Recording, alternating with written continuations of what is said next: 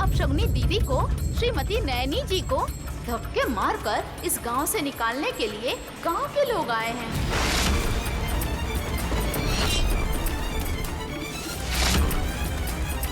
आप क्या सोच रही हैं? अपनी दीदी के बारे में ऐसी बातें कर रही हूँ, इसके लिए बुरा मत मानिए।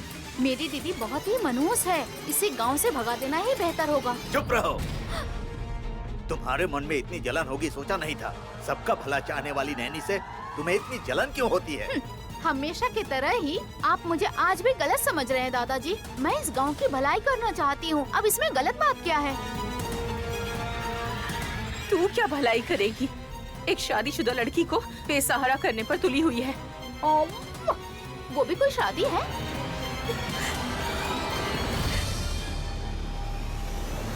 आप सभी ने देखा ना, चाहे कहीं भी लड़की पसंद नहीं आए तो सगाई होने से पहले ही मना कर देते हैं। और वैसे लड़की पसंद आने के बाद भी सही से खातिरदारी नहीं हुई है बोल के मंडप में शादी रोक देते हैं। वैसे मेरी दीदी की शादी को आप क्या कहेंगे? मंगलसूत्र भी बांधा गया, दोनों अग्निकुंड के साथ फेरे भी ले चुके हैं, आप सभी लोगों ने आशीर्वाद भी दिया है। उसके बाद क्या हुआ ये भी आपको पता है। ये कोई शादी नहीं है, ये मेरी पत्नी नहीं है, तुमसे मेरा कोई रिश्ता नहीं है कह के लड़का चला गया। आपके समझ में आया ना मेरी दीदी कैसी है? सुमन! रुको ना माँ, किसी को समझाते समय बीच में नहीं बोलना चाहिए। जो कुछ भी हुआ उसमें मेरी गलती नहीं थी सुमन। तुम कभी गलत करती नहीं हो दीदी, तुम जहाँ रहती हो ना अपने आप गलतियाँ हो जाती हैं। आप लोग ऐसे क्या देख रहे हो? गांव से निकालिए इन्हें। इस गांव से तुम्हारी दीदी को नहीं, तुम्हें निकलना है। अपने ही दीदी को गांव से निकलने को कह रही हो? कैसी बहन हो तुम? अरे ये आप लोग क्या कह रहे हैं? मेरी दीदी मनहूस है, मैं आपको बता रही हूँ ना। बकवास बंद कर। उसके बारे में गलत क्यों कह रही है? नैनी के इस गांव में कदम रखते ही बंद पड़ी हुई मंदिर में उसने अखंड ज्योत जलाई थी।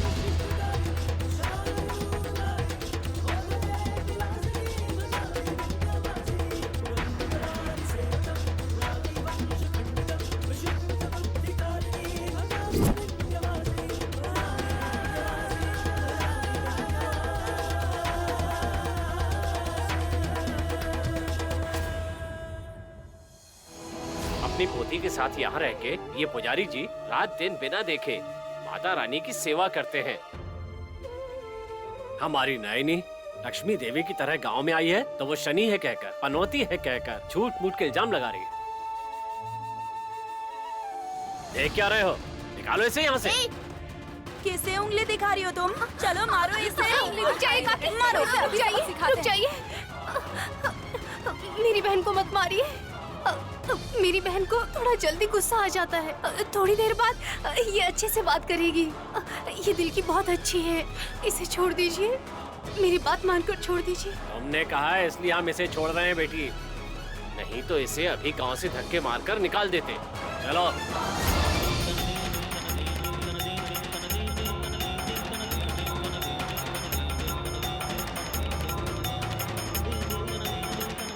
देख लिया ना, इस समय अगर तुम्हारी दीदी बीच में नहीं आती ना तो लोग तुम्हारी चमड़ी उधेड़ देते। इससे क्या बात कर रहे हैं बाबूजी? एक थप्पड़ लगाकर भगाइए इसे। चल जाए यहाँ से। जा। माँ क्या कर रही है? आखिर कहाँ जाएगी सुमन माँ? शांतिपुर में अपना घमंड दिखाते हुए किसी कोने में पड़ी रहेगी। तुझे क्या करना है? चल निकल यहाँ से। माँ रुकिए।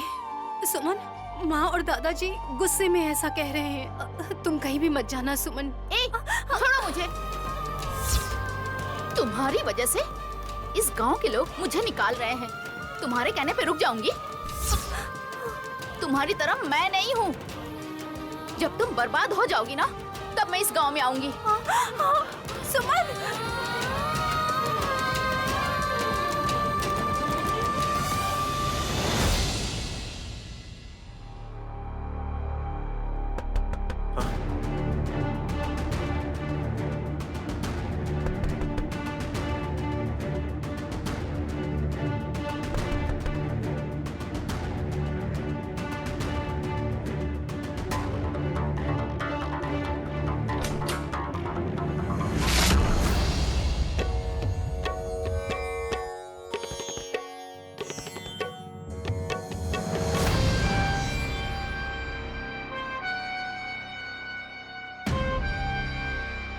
विशाल, क्या कर रहे थे? दरवाजा खोलने में इतनी देर लगा दी? हाँ, क्या ये?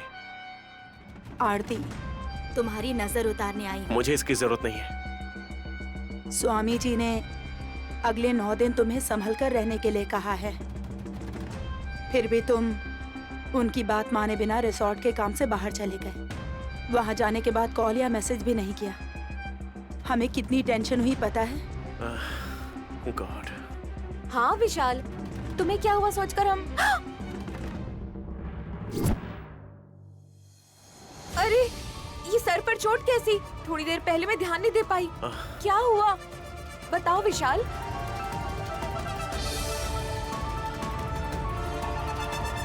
हाँ तो क्या हुआ बेटा? कुछ नहीं हुआ है, मैं ठीक हूँ। लेकिन तुम्हारे सिर पर चोट आई है। क्या हुआ, कैसे हुआ, ये नहीं जानेंगे तो हमारा मन घबराएगा। बताने में क्या प्रॉब्लम है? हमारे मन को सुकून मिलेगा ना। बताओ विशाल। एक्सीडेंट हुआ था। हाँ? सासू माँ! ओ, भाभी, सासू भाभी माँ! रुक जाइए। भाभी 1 सेकंड प्लीज। माँ! भाभी, सासू रुक माँ! जाइए। ससुर भाभी! जी! विक्रांत! मामा जी! सासू माँ, ससुर जी, विक्रांत, सभी आइए जल्दी क्या से। हुआ हासिनी? क्यों इतना शोर मचा रही हो? आपको पता है विशाल के सर पर चोट आई है। उसका एक्सीडेंट हुआ था।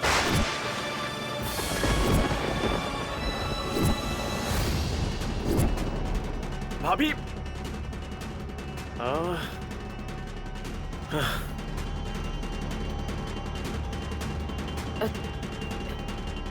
क्या ये सच है? सुनिए ना, ये सब क्या है जी? आपने मुझे एक बार भी नहीं बताया। बेटा विशाल, अब कैसी तबीयत है तुम्हारी? ज्यादा चोट तो नहीं लगी ना? और ये सब क्या है बेटा? अब परेशान होने से कोई फायदा नहीं है तिलोत्तमा। एक्सीडेंट होने के बाद उसकी तबीयत भी ठीक हो चुकी है। ये क्या कह रहे हैं? एक माँ को बेटे की चिंता नहीं होगी क्या? विशाल के एक्सीडेंट की बात सुनकर मुझे कितना दुख हुआ है पता है? अब पराये लोगों से भी अपने लोगों को ज्यादा दुख होता है जीजा जी। करेक्ट। जिन्हें हम अपना समझते हैं वही अपने विशाल के दुश्मन हैं।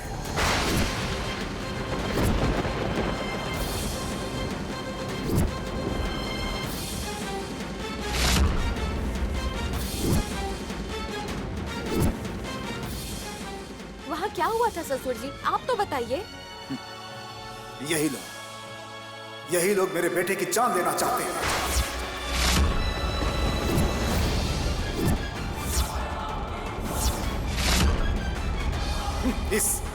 इस तिलोत्तमा ने मेरे बेटे का एक्सीडेंट करवाया।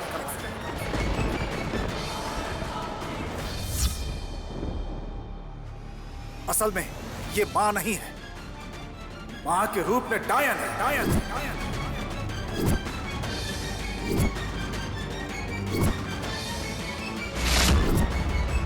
ससुर जी, ससुर जी, एक्सीडेंट कैसे हुआ?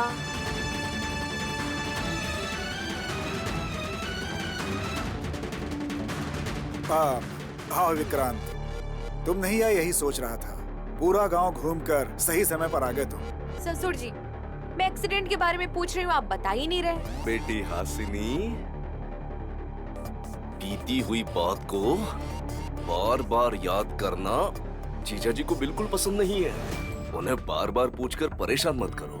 अच्छा, सॉरी ससुर जी। ये सच में एक्सीडेंट है या इसके पीछे किसी की साजिश है जीजा जी?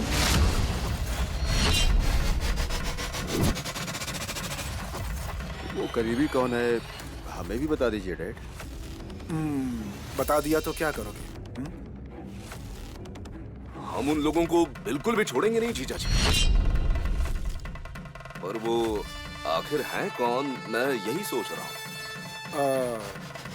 तुम्हें किसी पे शक है क्या परशुराम? है ना जीजा जी, वो एक नहीं 2 हैं, 3 लोग हैं।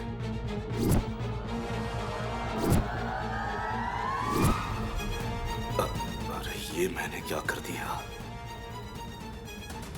मुझसे बड़ा पागल कोई नहीं। कहीं ये मोमो हमारा नाम बताकर फरार तो नहीं हो जाएगा? उनका नाम बताइए मामा जी, पेपर में छपवाएंगे, पुलिस के हवाले कर देंगे, उन्हें सीधा फांसी दे देंगे। हाँ, बेटा हासिनी, फिलहाल इतना दूर मत जाओ ना। मुझे लगता है वो कंपनी के बोर्ड मेंबर हो सकते हैं। विशाल को मारकर वो सेटल होने की सोच रहे होंगे। मुझे तो यही लगता है जीजा जी। Business enemies.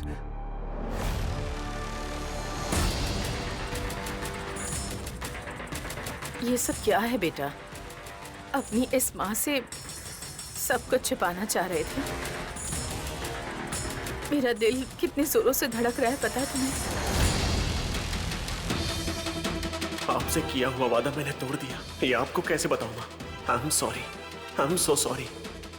विशाल, तुम ऐसे खामोश क्यों खड़े हो बेटा?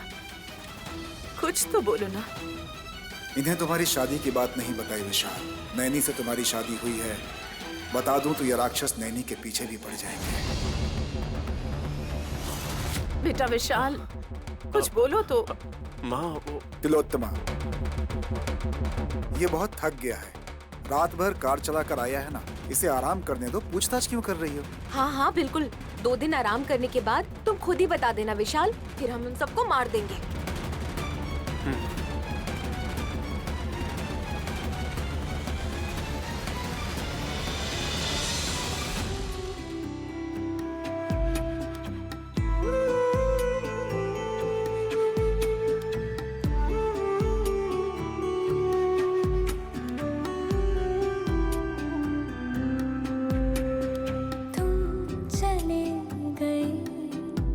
कुछ बोला भी नहीं, पाँव से मेरे फिसली है ये ज़मीन, सांसें भी कह रही है वो आएगी नहीं, शायद बिना तुम्हारे जी पाऊंगी नहीं,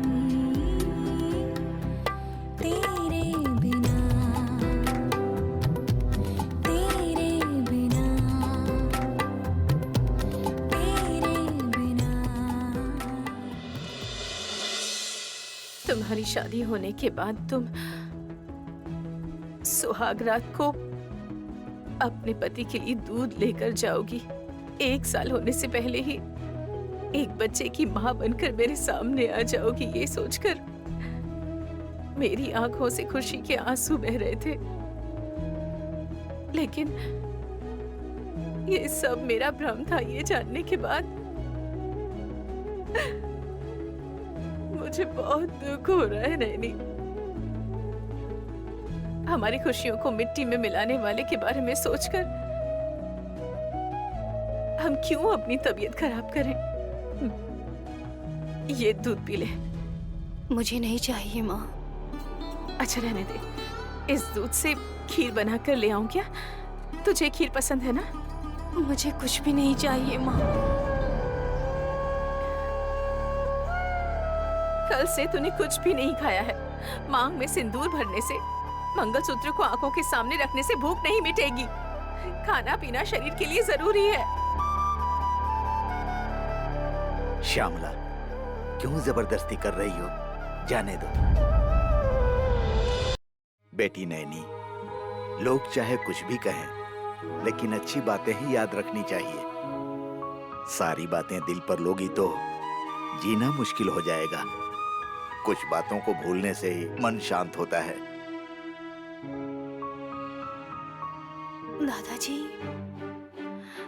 कल को जब सुमन के लिए एक अच्छा रिश्ता आएगा और जब मुझे देखेंगे, शादी के दिन ही इस लड़की को क्यों छोड़ दिया? ये लड़की आज भी आपके पास रह रही है। ऐसे सवालों का क्या जवाब देंगे? ऐसे लोगों के घर में सुमन का रिश्ता कैसे कर सकते हैं बेटी? अगर वापस भेज देंगे तो सुमन की शादी कैसे होगी दादाजी? होनी होगी तो होगी, वरना नहीं होगी। तेरी शादी हो गई फिर भी तू मेरे पास है ना, तो फिर उसकी शादी नहीं होगी? कोई बात नहीं, फल पेड़ के लिए बोझ होते हैं क्या? ऐसे ही बच्चे माँ के लिए बोझ नहीं होते। मतलब एक तरीके से सुमन की जिंदगी मैं बर्बाद करने वाली मैं ही बन जाऊंगी माँ। समझ ले, तुझे जो समझना है समझ ले। दूध पीने के लिए कह रही हो तो मुझे रुला रही है ये। माँ ऐसी बात नहीं है माँ। मुझसे बात मत कर तू। तुझे जो करना है कर ले, लेकिन एक बात मेरी याद रख, अगर इस घर से सबसे पहले कोई जाएगा तो वो मैं होंगी। बाकी कोई इस घर से कहीं नहीं जाएगा। माँ माँ माँ माँ रुकिए माँ।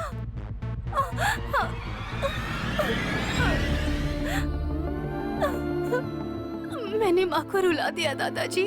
औरत को अपनी कमजोरी पर गुस्सा आता है तो रोती है बेटी, और वैसे भी अपनी माँ की कमजोरी तो तुम हो बेटी। मैं माँ को दुख नहीं देना चाहती हूँ दादाजी। तो फिर तुम जल्दी से दूध पी लो, वो शांत हो जाएगी, ठीक है ना?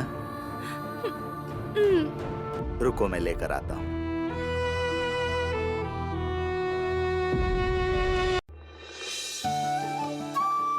ये लो बेटी।